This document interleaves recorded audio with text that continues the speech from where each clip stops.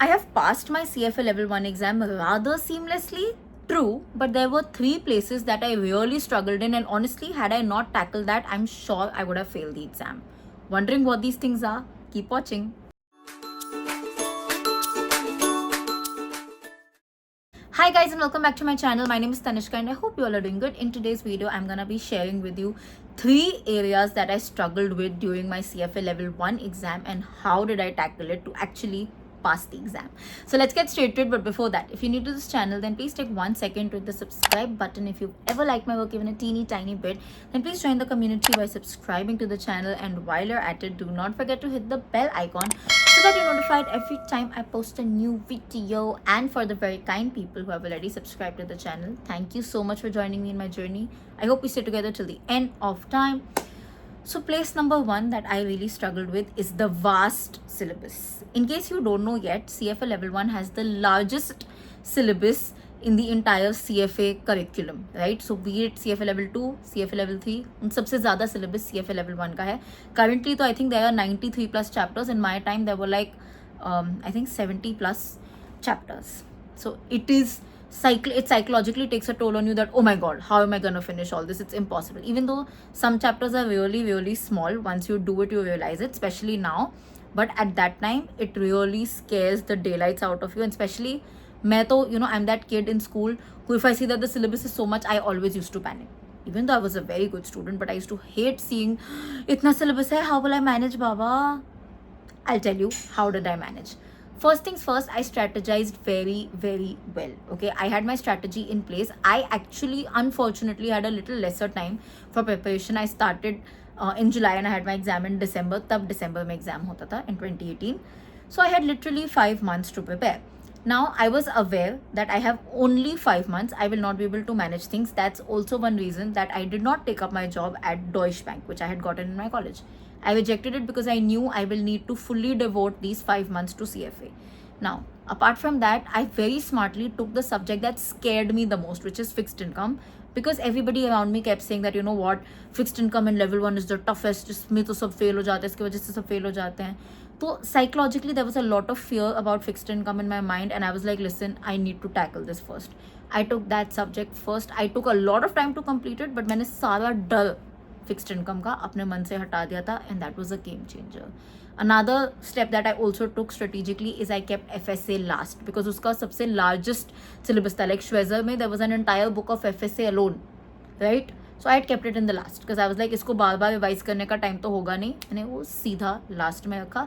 And very smartly I had made sure that by August end I did my ethics so that I had enough time to practice. September, October, November, 3 full months to practice ethics. These are just a few things I did to manage my time well. Okay, and that really helped. That's how I was able to complete CFA level 1 within 5 months, including 1 full month of revision. Okay, of course, और भी चीज़ें की थी. This is just tip of the iceberg. The second place that I really struggled in was FSA.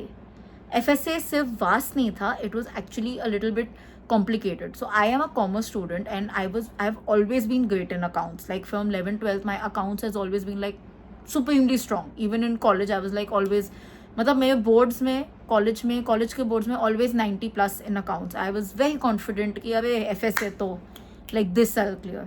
But it was not as easy. It was like it was first of all very vast, which I told you मैंने last में करके tackle किया. Number two, because the IFRS and US GAAP situation came in, it became very difficult to manage because there was too much of memorizing required. So it was like, for one thing, for example, inventory, how to deal with it in US GAAP, how to deal with it in IFRS. That became very irritating because you had to remember two things, right? You had to remember it. In the exam, if they ask you the opposite one, you need to know it.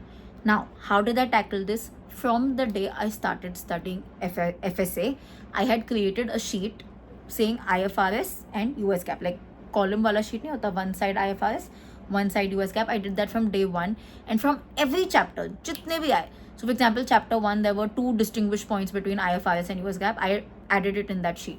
Then from chapter 5 also, if there was any distinguished between IFRS and US GAAP, it was in one sheet. It was such a lifesaver that literally one day before the exam, I literally just glanced at that and it saved my life. I did not need to go back to my notes, which were a lot for FSA. I did not need to go back to Schwezer. Just a glance on this sheet and it reminded me of everything. And it was all cumulated, like all 12, 13 chapters were in one place, the distinguishes that I needed to remember. And yes, they do ask questions like, if this was in US gap, then what you would do? So believe me, you need to know this.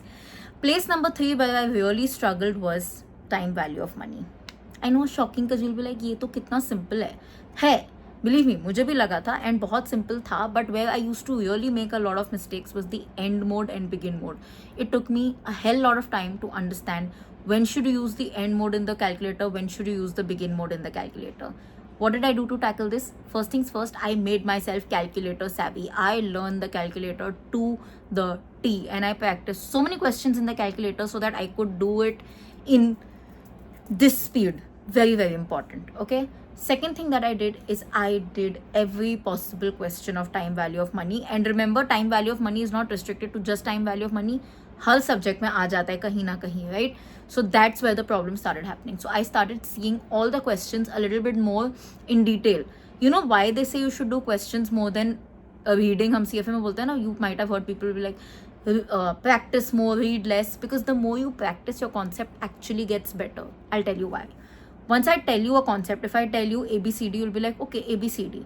But only when you start seeing sentences will you know, oh, this is the use of ABCD. I can make sentences out of it.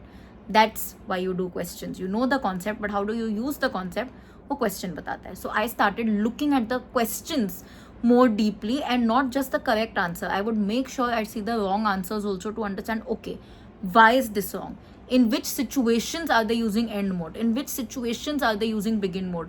The more I analyzed that, the more I got confident, the better I got at it, and finally I passed the exam. So yes, these were the 3 places I struggled with, and I'm sharing this with you in case you are struggling with these 3 places. This can help you because these are honestly very common struggle points for everybody in level 1. Anyway, you tell me, what are you struggling with in level 1, or what did you struggle with during your level 1 and how did you tackle it? Tell, I'm waiting. If you like this video, don't forget to like, comment, share, subscribe. I'll see you guys so very soon. Until then, keep sparkling and definitely keep learning.